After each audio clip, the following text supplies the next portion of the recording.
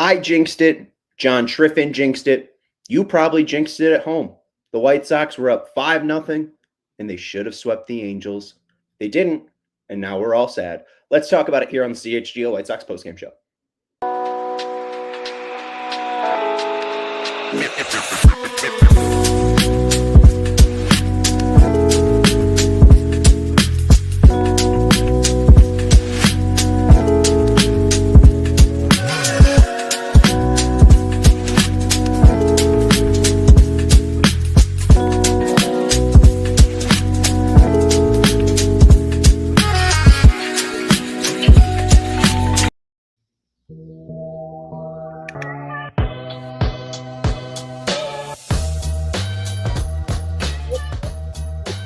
Postgame show presented to you by Bet365. Whatever the moment, it's never ordinary with our friends over at Bet365. Sign up and use code CHGO365. When you do, you bet $5. You get $150 in bonus bets. It's a good time. I'm Sean Anderson, your host of the CHGO White Sox postgame show. I'm being produced today by Sarah. Well, she usually just says hi. We're remote today. It's not the same. All right. You know, we all learned this back in 2020. It's not the same. For good, for better. Sox lose 8-5 on a 3-run walk-off homer by Taylor Ward. They left Tyler Alexander in there, and I'm here, by the way. Hello. That was a mistake. Hello, Sarah. Nice to see you. We were both upset about White Sox losses. I know. I wanted to sweep, but it's okay. Yeah, they're this close because it was nice. They swept it wasn't the Giants. No, sorry. They swept the Pittsburgh Pirates and on the road, and that was their first road sweep since the Giants in 2022. And man, they could have had one like 3 series later, and now here we are. Sad. Here we are. Hit that thumbs up button. That's Sarah's favorite thing. Make sure you're subscribing to the CHGO Sports YouTube channel. If you have any thoughts, like Mini Dar saying, of course, Triffin calls the sweep in the 3rd inning while anointing the Sox the best team in baseball. Mini Dar, he did it, and I did it too. I'm drinking the Colson Montgomery juice. We'll talk about that. We'll talk about Lenyn Sosa and what they're going to do with Lenyn Sosa. I think he's a perfect personification of fun bad. We'll go to the bulletin board as well. We'll talk about Aaron Savale. We'll talk about Martin Perez's rehab start. We'll talk about Shane Smith pitching on Friday. We'll talk about Sean Burke today. But let's get to the sadness from today. There's a lot of fun from today's game. We could just talk about the first 3 innings and have a really good time. Honestly, first 5 innings, because Burke looked fantastic through 5. 6th inning, not so much. And then he was relieved by Mike Vassell, who, again, I like Mike Vassell. You know, he wears a Batman mask. It's funny. Probably does a little voice and everything. I think we still have the music playing, Sarah. Can we turn that off? Thank you. But Vassell, you know, it's cute. He wears a little Batman mask. And he's got a, before today, sub 250 ERA. But again, when you go under the hood and you look at the FIP, which is fielding independent pitching, he doesn't get a ton of strikeouts. He does allow a lot of balls to get down and in play for hits. He walks a decent amount of guys. He's not, you know, like Dylan Cease, where he's walking the yard every game, but he walks a fair amount of batters. So his ERA should be well higher. That's at least what FIP says, well higher than 250. And you saw that today. And then when Vassell starts to crack, right, when they're, you know, finally tied at 5-5, who do you see? Steven Wilson and Tyler Alexander. And I really didn't even realize that Grant Taylor like existed there for a second. I was at a wedding on Saturday, so I just kind of got out of the routine of watching White Sox baseball, and they never go to Grant Taylor. Grant Taylor threw 8 pitches on the first. They have an off game tomorrow. There is really no reason why Grant Taylor didn't pitch today. You could bring up, well, maybe they're waiting for the extra innings because then when there's a runner on second, Taylor with, you know, high strikeout rate, he could strike a guy out. That'd be good. I don't know why you talk like this, but it's just a different voice. However, look at what the Angels did. I was a little perplexed by it. They went to Reed Detmers in the 8th inning against Luis Robert Jr., who can hit lefties. Detmers is a lefty. They had Colson after Luis, so lefty there. But then you have Caro behind Colson. Caro leads Major League Baseball in batting average versus lefties. But why did they go to Detmers? Because he's their second best pitcher. Because the game's still tied. Why do they go to Kenley Jansen, the $10 million closer in the top of the ninth? Obviously, they want to go to the last frame with it still tied, so they go to their best pitcher. I think the Sox should have went to Grant Taylor, and that's a mistake. I don't want to nitpick a team that last year only won 41 games. On Friday, they won their 41st game. On Saturday, they won their 42nd game. Season wasn't even over. They had more season to play. They could have stopped at that point, just lost 40 straight something games, and still would have finished with the same record. But I think today, not going to Grant Taylor was a mistake by Will Venable. I think his mistakes have been minor this year. I think it's also been tough to hang mistakes solely on him because of the talent on this team. They couldn't go to Jordan Leisure in this game because Leisure had just pitched on Saturday and Friday. I don't know why they didn't go to Grant Taylor, so this is kind of the question. Why didn't you go to Grant Taylor, especially with the off day tomorrow? So it feels like this loss, in a way, is on Venable. You had a 5-0 lead after 3, and somehow, even after Vassell and Burke combined to give up, the 3 and the 6th, you don't go to, your best options. You let Vassell pitch another inning. I just, I would have liked to seen Taylor. I would have liked to seen a little bit more urgency from the Sox because, hey, you just won your 42nd game on Saturday. And I was quick to tweet it. I said the White Sox are 10-4 since the All-Star break. That was me on Baseball Reference counting up that they had 9 wins, and I was adding a 10th win, not realizing Baseball Reference hadn't updated Saturday either. So in a way, I wasn't wrong, but I was fully giving them an extra win, thinking they already had the win locked up by the 3rd inning. That, I think, is the curse of a fun, bad team. This White Sox team has no reason to sweep 2 teams post the All-Star break and have a 71% win percentage. They have no reason to be this good, and for me to think they could easily have a sweep locked up. So this was a great reminder. We had the taking the temperature segment today with 4 seasons. This would be a perfect time to say, oh, yep, they're still fun bad, folks. It's not the worst outcome. I think it's also, silver lining. There could have been a better outcome if you went to Taylor sooner. But there's positives. And I think that's what we should focus on today. Kevin M does say, so Taylor in the 7th or Taylor in the 9th. I just think once Vassell got out of the 6th for Burke, you're done with Vassell. So if they went to Wilson in the 7th, I wouldn't have hated that. But I think at some point, especially in the 9th, you have Trout, Shanuel. You have the top of the order going on. So I would have rather seen Taylor in the 9th if he is your closer, which, it's kind of bordering on Leisure and Taylor based on who's available for the day. But I would say, Kevin M., to answer your question, Taylor in the 9th. Hopefully, maybe the game is still tied in the 9th, but you want that game to go to extras. Because what happens in the 10th inning? You get a runner in scoring position to start the inning. Don't you want to force the game to get to that point? So I wouldn't have blamed Taylor being used either in the 7th or in the 9th. And not even really trying to rewrite history. I don't think it should have been Alexander. So I don't know. I think Randy's right. Will Venable is a good manager. There have been small mistakes over the 100 and I don't know what 42 plus 69 is. It's like 113, 112 games so far, 113 games so far. God, I wish I had a college degree. 113 games so far. The mistakes have been minor. Again, not a super talented team that he's working with, so it's tough to pin mistakes on him. But today might have been that day for Will Venable. Let's get to the positives. First off, Colson Montgomery.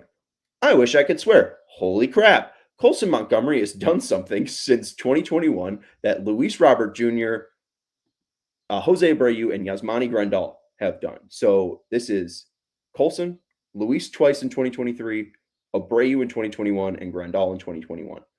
Colson Montgomery, with his homer today, 7 home runs in the last 14 games. Colson did that in the last 14 games. Robert did it twice in 2023 when he hit 38 homers. Abreu did it in a 14-game stretch in 2021, and Grandal did it in a 14-game stretch in 2021. You probably remember it because we were all calling Yasmani Grandal Barry Bonds. Like, he had 93 games there where he was the greatest left-handed hitter in all of baseball. It was sort of like Cal Raleigh's season right now if he only played 93 games. Uh, it, it, it's an insane stretch right now what Colson Montgomery is doing. Even if you were a fan, like, I'm not even saying, like, I think I was still a fan of Colson Montgomery. I definitely had tempered expectations. I never thought he would do this, especially in his rookie year period. Maybe he could have done that at some point in his career, but I did not think he was doing this in his rookie year. I don't think this is like anyone's expectations was this. And this isn't even against the Rockies, right? Like, he faced the worst team in Major League Baseball in Coors Field, didn't even hit a homer there.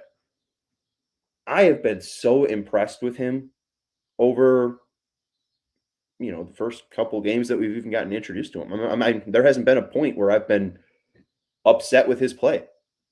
At times he's looked like a rookie, but a really good rookie. I could not have expected this from him, especially after the way spring training went, where he was supposed to win the job and didn't win the job, had those back injuries, getting sent down to Arizona. I feel like I've been doing this after every single postgame show because we're coming after you pretty much after a game where Colson Montgomery has hit a homer. But the streak hasn't stopped. And I think it just shows that the White Sox, fingers crossed, can hopefully start to connect with players. I think Andrew Vaughn really never gained the trust of the White Sox organization. And what you see him doing now is exactly what you wanted to see him doing with the White Sox. He's swinging the bat faster. He's making contact earlier. He's pulling balls, in effect.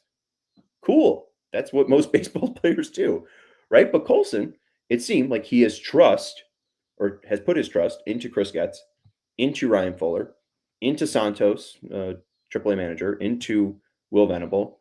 And it seems like he goes out there and plays with a ton of confidence.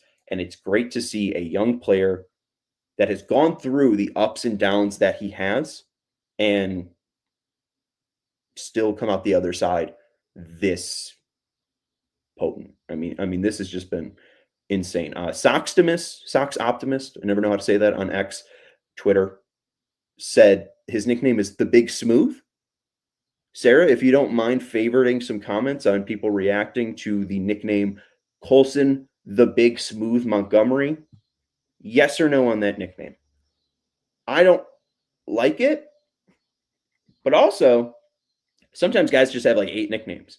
So I'm fine if Big Smooth, the Big Smooth, is one of them for Colson Montgomery. Colson, again, 7 homers in 14 games. The other interesting part, he has a 3 defensive run saves at shortstop, a 1 DRS at third base. 17 shortstops have 10 homers. Colson's at 7. He's not there yet, but still, I mean, he's got 7 homers. I think at the end of the year, he'll probably get to 10. Unless he goes on an insane cold streak, I think Colson could be a shortstop that has 10 home runs. 8 have 15 plus. I think it's possible that he gets to 15 plus just with the way that he's hitting. So that's a pretty rare category if he's a shortstop that can hit 15 plus home runs. Only 8 have done that. However, only 13 shortstops have posted a 3+ DRS. So he is in the upper echelon right now, according to this stat only, and there's many defensive stats, and it's very early. But he's in a really impressive spot right now where he's a shortstop with a ton of power and a shortstop that is possibly above average defense. I understand that Caleb Bonham is looking very good in advanced day. I understand that they distracted Billy Carlson. If Colson Montgomery works out at shortstop, that's a possible $300 million player. I know that we've thrown out the comps to Corey Seager, or maybe I'm not, but draft people were throwing at that comp around the draft. And obviously it's pretty out there. But you know who has a 3+ DRS at shortstop this year? You know who has 15+ home runs? Corey Seager. Like there, if he does hit that crazy, lofty projection, this could be a $300 million player. Am I kind of delusional to talk about this? Yes. Is that the insane floor that he could possibly hit? Yes. Does everything need to go right? Yes. But I believe, especially after these games, when you're in a category with Robert, Abreu, and Grandal, they may have a superstar on their hands. We have to take a break here on the CHGO White Sox postgame show. I want to let you know about our friends over at Empire today. They are the flooring experts. If you are trying to redo the floors in your home, you are likely not an expert. You shouldn't go to a big box store and say, hey, can I see your floors? I'm trying to redo my flooring. What you should do is get a free in-home estimate. It's not only an estimate, but it's a free in-home trial, right? They'll bring the samples to you. You could say, oh, that sample looks beautiful with my couch, right? My blue velvet 3-seater sofa cushion, right? You want to see the samples in store, or you want to see the samples in your house. You don't want to see them in store. You also then don't want to take all that flooring to your home and then get somebody to install it. Empire can show you all the samples and then have their flooring experts in your house the next day installing them into your home. Pick the right flooring and right colors for your floors. See how it looks in your house with your furniture. And again, you can get precise measurements taken by experts so you are not screwed with one of the most important parts of your home, the floors. Schedule a free in-home estimate today. CHGO listeners can also receive a $350 off discount when using promo code CHGO. You've heard that right. A $350 off discount with promo code CHGO. Restrictions apply. Visit EmpireToday.com/CHGO for full details. 588-2300 Empire Today. We also want to let you know about our friends over at Ray Auto, our good pals over at Ray Chevy. Ray Chevy in Fox Lake is firing off fireworks with big savings all month long. Come in today to shop the Freedom to sales event and drive home with $10,000 off MSRP on new Chevrolet models, or check out their selection of over 125 vehicles priced under $20,000. As one of the top selling Chevy dealers in the Midwest, they're able to keep their prices competitive, so you'll know you'll get a great deal. Plus, Ray's Price Promise lets you shop confidently because the price you see is the price you get. So go see for yourself at Ray Chevrolet on Route 12 in Fox Lake. Don't miss out on their Freedom to sales event going on all month long for $10,000 off new Chevrolet models, $10,000 off MSRP on new Chevy models. Shop Ray Chevrolet in Fox Lake or raychevrolet.com. All right, back here on the CHGO White Sox postgame show. I need to take a sip. Corey, or not Corey, I saw that in the chat. Dubman said, love the Corey Seager comparison. Yeah, I love it too, because if he turns into Corey Seager, they got one hell of a ball player on their team. Even if he's just like a little bit below Corey Seager, that's still a very valuable player. And again, maybe the shortstop position won't work out for him long term because he will just only get slower, right? I mean, he's only 22 right now. Typically, guys get slower. And if he's dealing with back injuries, maybe he slides over to third base. But I think either way, he looks like a stud. Sarah, what do people think about the nickname, what was it? The Big Smooth. John Hosey says no bad nickname. Kevin M says the Big Smooth is awesome. Certainly better than the Moth Monster. Oh, it's the Monty Monster, I think. Is it the Month Monster? That's terrible. Yeah, Monty Monster. I think we also saw from Doveman said that he liked it. I like Big Smooth. Angels broadcast was calling him Big Smooth. All right. I think I need to learn more about Big Smooth and why that's Colson Montgomery's nickname. I feel like I'm out of it. It does say Big Smooth is a nickname on Baseball Reference. So I guess that's where they're getting from. Watson Roadster does say problems today. No plate discipline early with a lead. Didn't work counts deep with a starting pitcher in trouble. Then the bullpen imploded. Series win, but could have been a sweep. And that's the one thing with the Sox is I think they got real giddy just because they've been hitting so many home runs and you get out to a 5-0 lead. Kohanowitz has been so bad that I think they wanted to get to him before he got out and was pulled out of the game. So they definitely could have probably tacked on a couple more insurance runs, but I mean, it's a 5-run lead. I think that it does really just come down to the bullpen. It's the lack of talent in the bullpen. There were people after the trade down deadline saying, "Why don't you trade Vassell?" That one's a little bit more like an in-depth conversation because he's a Rule 5 pick. I think they mainly want to keep Vassell on the team because then they gain minor league options for him. So he can become like a Jared Schuster, a Jesse Schultens, a guy that could possibly start for you, that could pitch out of the bullpen, that could throw 1 inning, that could throw 4 innings, that could do 2 innings, right? He's a chameleon in a way. He's a very versatile player, which gives him value. I don't know if he's that good, though. You look at Eisert. Eisert's been all right, but he also had an issue where he was like kind of terrible against lefties or kind of terrible against righties and really good against lefties. It's kind of balanced out, but there was a time where he had reverse splits, and that's not what teams really want when they're acquiring a left-hander. They want a lefty that can get righties out. You also look at Steven Wilson. Steven Wilson can get right-handers out, but you look in that 7th inning, 8th inning, whenever he comes in, and the 9th hitter, Campanaro. I know he hit a homer, I think, on Friday, but I mean, Wilson's terrified to throw him a fastball. He throws him 2 sweepers, which is a terrible pitch to throw to a lefty if you're a righty, or vice versa if you're a lefty to a righty. He throws him his changeup, which is a pitch he doesn't really even use, and throws 2 balls to him. It's like, all right, like let's just try the 9-hitter with a fastball. I did not understand that, but oh well. Let's talk a little bit more about Colson too. First at bat, 100-mile-per-hour exit velocity, 3-run homer, 27-degree launch angle. It was on an inside pitch. Talking more about the torpedo bat, it just allows him to not get jammed. That's what he said. He's long arms, and it doesn't really have him change his swing, right? His swing is his swing. They don't want that changing at all. That was the big takeaway from Arizona. Kid's got a nice swing. Let's have him stand up straight a little bit more, and that's allowed him to see breaking balls. But what you do see, the first at bat, him pulling a homer. Second at bat, 99.5, pretty much same exit velocity, same swing, but instead of pulling it, he goes the other way because it's pitched to the other way. He's not doing anything besides ball's in, it's going to go out, or I guess it's going to go, I'm going to say in, right? But if it's a pitch out, it's going to go out. If it's a pitch in the up the middle, it's going to go up the middle. He is just not changed his swing. And that's what got him as a top 20 pick. I think he was 22nd, top 25 pick in the Major League Baseball draft in 2021. It's what got him to become a 10th prospect in Major League Baseball by some prospect scouts.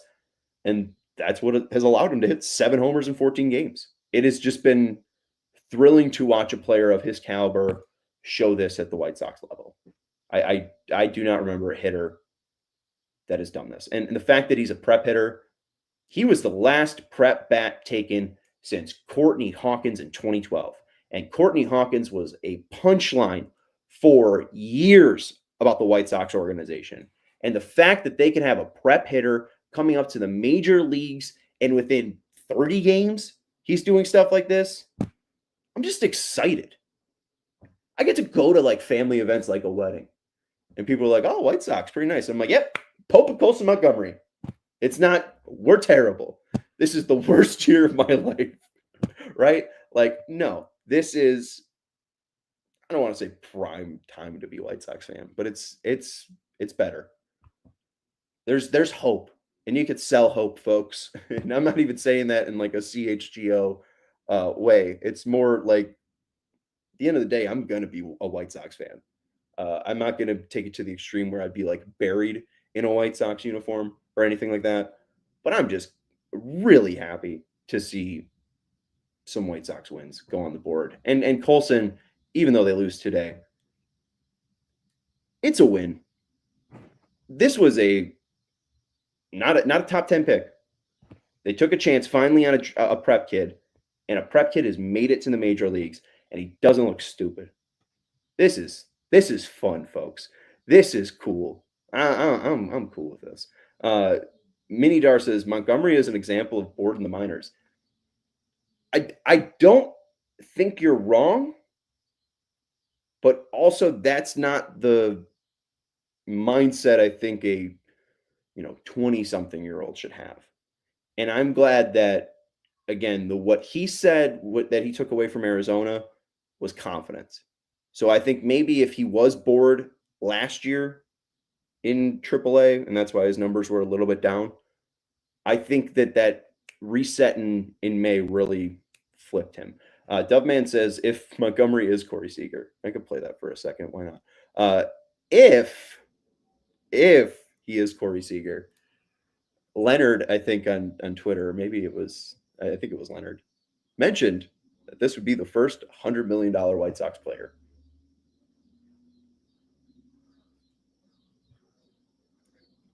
I mean, I don't think the White Sox should be super foolish to discuss an extension with him. They did it with Robert. They did it with Eloy. They did it with Moncada. And I don't think it was a bad idea. I didn't think those were bad deals at the time. And you could say hindsight is 2020, and those didn't work out for those players. But Luis Robert Jr., with all the potential in the world, still looks viable for the $5 million raise next year. That's what the kind of math has come down to. They're paying Robert $15 million this year. They only have to give him a $5 million raise next year. That's kind of what the calculus has come down to. That doesn't sound too crazy. And that's a guy that really hasn't had all results. It's only been potential. And I'm not saying Colson's giving you results, but I don't think they'd be stupid to talk extension with him. It seems like they have a good relationship. I don't think Colson is a Boris client, right? I think that he's locally represented. I think it's a agent out of Indiana. I could be wrong. It doesn't list his agency. Sometimes it does list the agency. It doesn't list his agency. So I'll try to figure that out. But I don't think he's a Boris representative. So I could see Bledsoe agency from Colson. So not Boris. I'm fine with them if they want to extend him, because this could be capital letters, italics, could be, not if, not is, could be a player that's worth $300 million down the road if he is a shortstop with this true pop. And hey, again, even look at the guy that he's being comped to. Corey Seager, it hasn't been an easy ride. Corey Seager has had a ton of injuries. And that's the issue when you're 6'4", playing a very rangy position. It seems like Seager's been able to settle into it a little bit later on in his life as he's gotten stronger and older. That would be the concern. But even then, if Colson just slides over to third base, I still think that's fine. Kevin M says, what's the rules with qualifying for Rookie of the Year? I think we could slow down for that. I think he will pass the at least plate appearances, if that's what you're saying. I think he will have enough plate appearances to qualify for Rookie of the Year, but he will not win Rookie of the Year and in 2025 or 2026. I think it's like 150 plate appearances. So he's going to pass that by mid-August. 130 at bats or 50 innings pitched. So you will not see Colson Montgomery win the Rookie of the Year either this year because Kurtz exists and Wilson exists, but also just because he'll have too many at bats this year. So again, I don't think I was talking about Colson Montgomery, or I was planning on talking about Colson Montgomery being a $100 million player, but I don't think it's out of the question. I mean, this guy is a former top 10 prospect, and I understand that he did have that fall off, but it's a lot more important to me what he's done in 20 Major League Baseball games than, 300, 400 in AAA. Because at the end of the day, you can have a conversation on if AAA is even, that much better than AA. He could have been bored. I don't want to put it past him. And it seemed like he kind of snapped up after May. I'm excited. This is fun. We'll talk about what to do with Lenyn Sosa after the break. Kind of goes into Colson Montgomery. I hate seeing him not play shortstop. The fact that he only has, I think, like 11 or 12 games played at shortstop and a similar amount at third base, it annoys me. So I'd like to talk about what they're going to do with Colson in a way, playing him at shortstop, but how that mixes in with Lenyn Sosa. If you have thoughts about Lenyn Sosa, let us know in the comments. We'll be having a conversation about him in just a second. Do you need a personal CFO in your life. If you do, check out Monarch Money. I thankfully have my wife. I send her all my money and she pays the bills and makes sure that I don't run out with it. It's very nice. Takes a weight off my shoulder. Maybe you're not as lucky to have a beautiful, talented wife like me. Because finances can be messy and confusing, you should check out Monarch Money. They give you full visibility and control so you could stop earning and start growing. It's more than your average budgeting app. Monarch Money is a complete financial command center for your accounts, investments, and goals. So don't just manage your money, start building your wealth with 50% off your first year for our listeners. It was rated the best budgeting app of 2025, and it was the by Wall Street Journal, and it was the top recommended personal finance app by users and experts with over 30,000 5-stars reviews.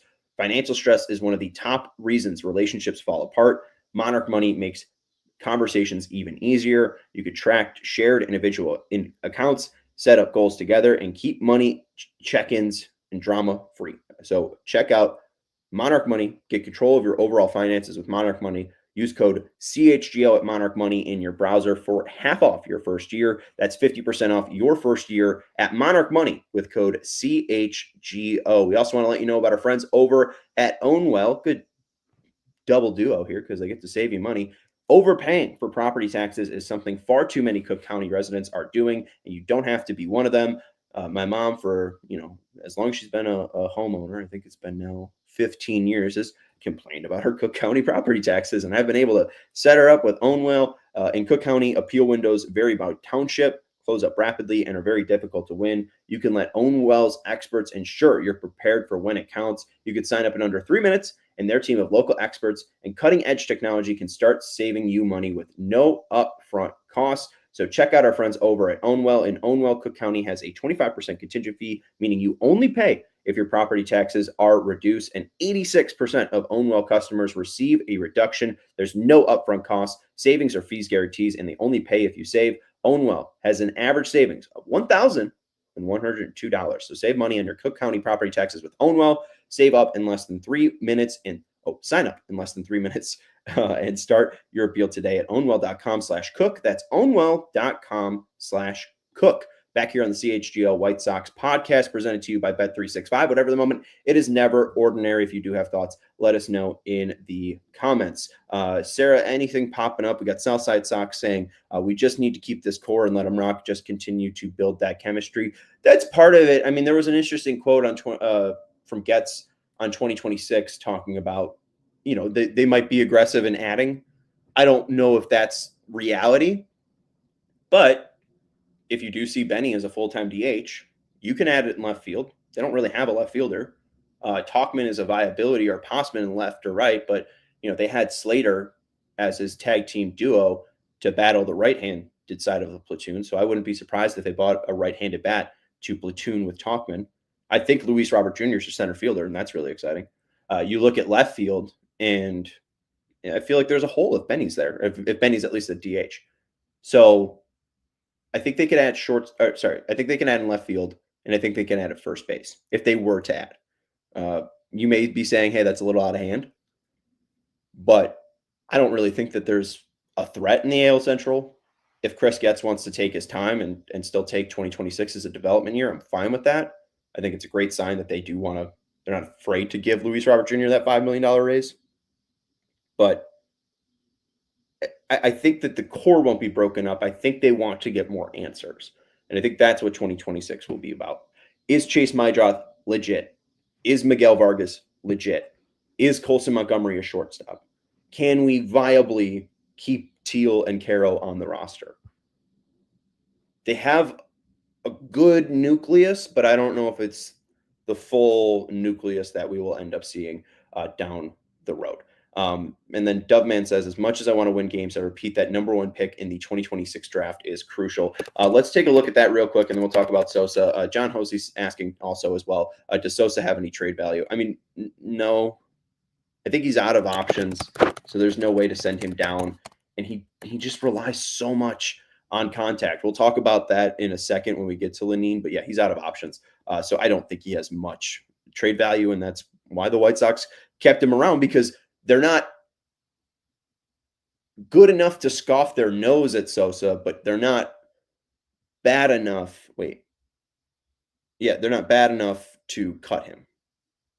Or I think I need to flip that. Anyways, going to Dubman's talk. Sox are now 42-70.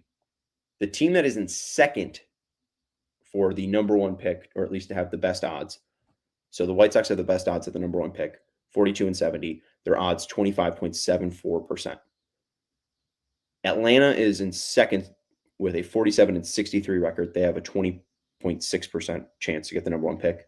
Pittsburgh 48-64. They have a 15.6% chance to get the number one overall pick. You want to be top three for sure.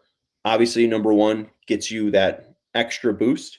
But right now, I mean, they have a 6-game cushion.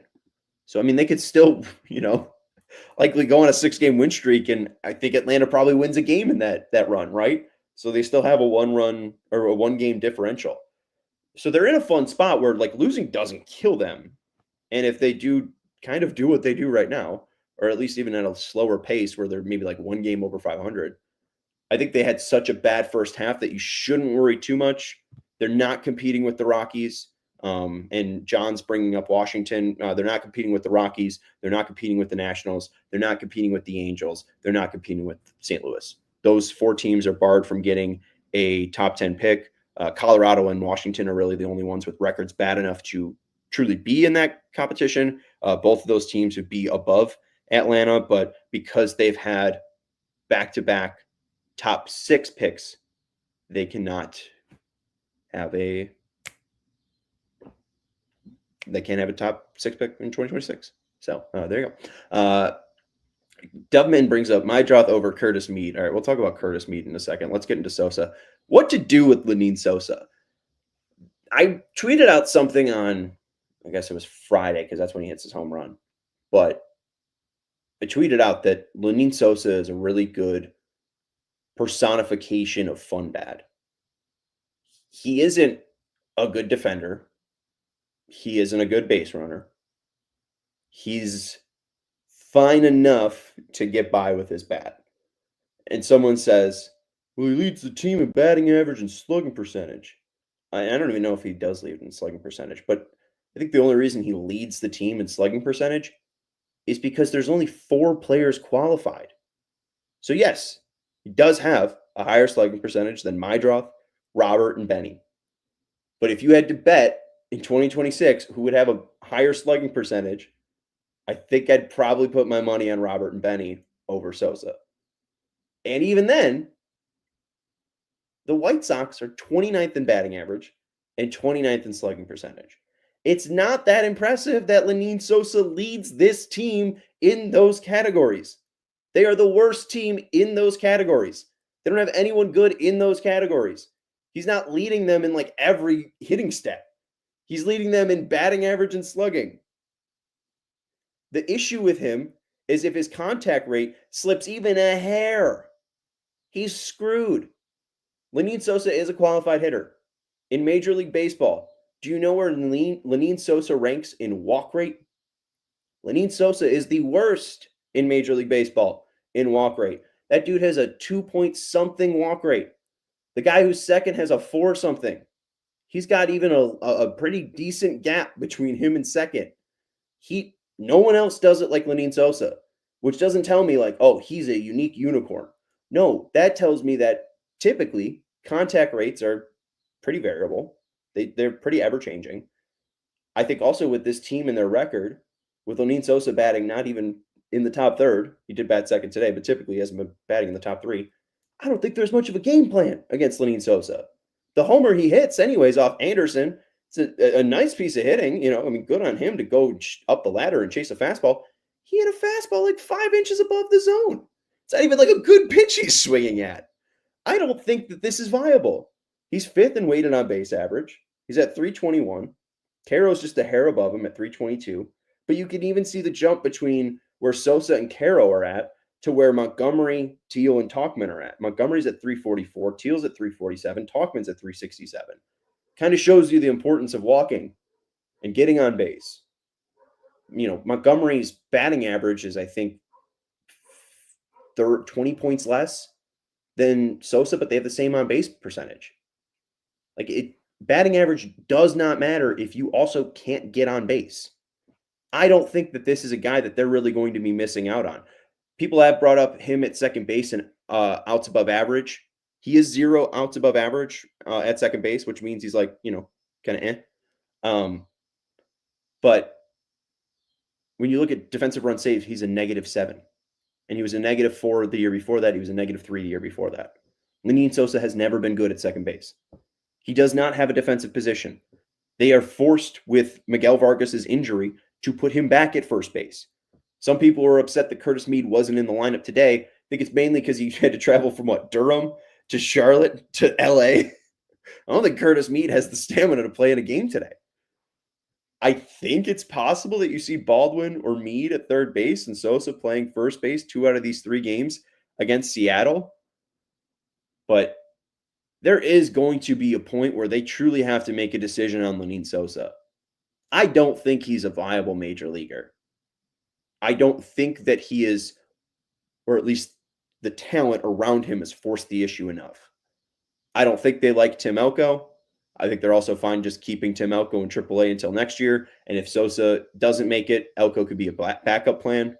I know his stats in AAA, but I mean, Jared Willis wrote when Elko was up with the major league roster that he wasn't even in their internal top 30 prospects for the White Sox. I don't think they think much of Elko. But right now, with Vargas hitting the IL, Sosa's lifeline is extended because I guess technically he could play first. John Hosey mentions that Curtis can play first. I think that is an option. Mead can play first or third.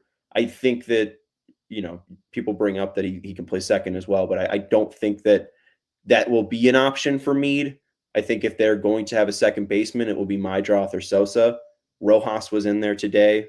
So I think if they're going to have a second baseman, it's Mydroth, Sosa, or Rojas. I think Mead will likely only play first or third. But Sosa after 2025, I don't think he's on the team for next year. I do not think that he's proven enough that he is a guy that will be doing this again in 2026. CHSN shared a stat. Sosa has the most hits in Major League Baseball on 0-2 counts. He has 66 plate appearances in an 0-2 count. He leads Major League Baseball in 0-2 counts. There are only 4 other players with 0-2 counts that are plate appearances over 60 in 0-2 counts. Sosa at 66, Jackson Churio at 64, then Michael Harris, the second, at 60, and there's another guy at 60. Sorry, I can't think of it right now. But if you're asking me Sosa or Mead, I'm taking Mead. You're taking Sosa or Mydroth, I'm taking Mydroth. Sosa or Baldwin, I'm taking Baldwin. Sosa or Elko, I'm probably taking Elko. I understand that he has gotten, in a way, some good results, but I do not think that this is sustainable for Lenyn Sosa. And I'm fine with him being on the team for right now because, again, he's fun bad. This team's fun bad. But if we're talking about the down the road, the end of the road, I don't think Sosa's a part of it. Let's get to the bulletin board real quick. I do want to talk about Sean Burke. Sean Burke was pretty good today. I was impressed. He ran into some issues with the 6th inning, but you look at his whiffs, 18 whiffs. 18 whiffs on 47 swings. I actually didn't have that stat. I just looked at StatCast. 9 called strikes, 32% called strike plus whiff percentage. I will tell you that there has not been many starts in the White Sox season that number has been over 15 for the whiffs, even over 12. So I think 18 could be a high in a start alone. So Sean Burke might have set the high for amount of whiffs in a game for a starting pitcher. Absolutely absurd. I didn't even know that until right now. He looked fantastic. I was honestly just going off the eye test. Burke goes 5 innings, 5 hits, 3 earned runs, 2 walks, 7 Ks. Before that 6th inning, I mean, that was a spotless run for him. And I was just like, all right, hey, another Sean Burke outing. My whole dialogue, and I said this on Twitter, was like in my head, don't overreact, don't overreact, don't overreact, don't overreact. And then I thought, on this post-game show, I'd come on and say, he's a right-handed Clayton Kershaw. I wasn't going to do that after the 6th inning. 18 whiffs is the most in a White Sox game. He ties Jonathan Cannon for that crazy game against the Rays a week back or so. But that's That's something. I mean, this kid was a fringe top 100 prospect and seems like he warms up in August and September. You're starting off August this way. I think you're going to see 2026 opening day starter Sean Burke again. I'm intrigued. Uh, Dovman, I see your comments. Stop putting them in caps. Bonnemer has a higher ceiling than Montgomery. No, Montgomery's 6'4". Montgomery can hit 30 homers. Bonnemer was a second rounder. If he had a higher ceiling, why didn't he go in the first round? Montgomery did go in the first round. Bonnemer's not a lefty. Colson is a lefty. Colson has more power. So, I mean, maybe Bonnemer can stick at shortstop, but like that will be an issue to see once Bonnemer is at AAA. Dude's not even at AA yet. Getting back to Burke, I just think that this kid's been really impressive, really commanding of his four-seam fastball, curveball, and slider. I didn't love the pitch selection at times, even going to NATO in the sixth inning. He got 0-2, got it with, I think, a four-seam and then a curveball. And then he pulled a slider out of the zone. NATO fouled off an elevated fastball. Then the slider that he ends up hitting out was too elevated. It seemed like NATO was looking for a fastball in. The swing was still the same, and the fact that it was a slider out, he still got in front of it, got the barrel out of it. And I think that was a spot that he could have thrown a curve. And you even look to third inning, there was a couple moments where Caro has some poor framing. There was a first one on a 3-2 count that Patrick Nolan ends up pointing out. Caro sets up away, and it's like up and away for a slider, but then Burke misses it down and in, but it's still in the zone. So if that's framed well, it could still be a caught strike. Caro's like really exaggerated the outside spot. I wonder if he's more set up down the middle, if that's a pitch that he could still frame. And then in the at-bat versus Trout, he still gets him with a fastball up in the zone. It's a fourth pitch fastball high, could have been framed and possibly gotten against Trout. But I just love the fact that Burke missed that spot and said, let's just go back to the well one more time against a three-time MVP. Throws it, I think, 1 mile per hour faster and just gets Trout swinging and missing. You don't have to frame a whiff. And it was just beautiful pitching today, up and down by Burke. Real quick, again, on the bulletin board, Shane Smith returned on Friday. He looked healthy. Stat line wasn't great, but the stuff looked good. The fastball was nearly up 1 mile per hour. You love to see that coming off of an IL stint. Slider, even though he didn't throw it a ton, was up 2 miles per hour on average. Got 9 whiffs, 13 called strikes. It's a 28% called strike plus whiff percentage. Major league average is 30%. So the fact that he can bounce back to an average start is good to see. The other thing that stood out, Smith threw more sinkers than usual. He has had outings where he throws 15 sinkers, but it hasn't been since May. So going back to the sinker is interesting. And then he also just part of the good and the bad, bad, and the ugly with Shane Smith on Friday. Did get hammered. 9 balls were in play. An average exit velocity of 95 mile per hour. So 9 balls in play with an average exit velocity of a hard hit baseball. Woof. Martin Perez did make a rehab start on Saturday, 2 2/3 innings, 4 hits, one of them a home run, 2 earned runs allowed, no walks, 3 Ks. Perez will be back at some time, and I think the White Sox would be relishing of a guy that can eat up some innings for them and possibly space out Shane Smith starts, because we did see that.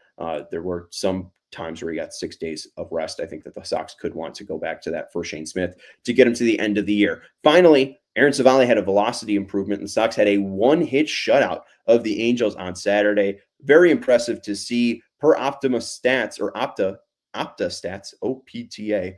Teal is the first catcher since Buster Posey in August 2024 to drive in the only runs for a team while catching a 1/no hitter. Civale, his four-seamer and sinker were up 0.5 miles per hour. He got 13 whiffs and 13 called strikes at 28% called strike plus whiff percentage. Again, major league average is 30%.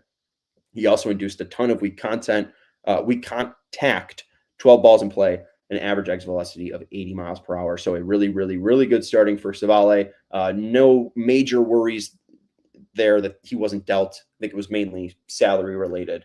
Maybe the Sox could have eaten some salary, but I don't think there was any interest in Civale. He will at least get them to the end of the year again, along with Perez helping space out starts between Shane Smith and hopefully getting him to the end of the season. Finally, this from Trey Williams. Brooks Baldwin in the last 30 days, 279 average, 346 on base percentage, 465 slugging, and 811 OPS. 2 homers, 7 RBIs, a 121 weighted runs created plus, and then I think he goes on and has 3 hits in today's game. So it was a 121 weighted runs created plus for Brooks Baldwin, and it's now probably like 125. So very good to see Baldwin bounce back after he was sent down to AAA. That is it for the CHGO White Sox postgame show presented to you by Bet365. Use promo code CHGO365 when you sign up. Whatever the moment, it's never ordinary.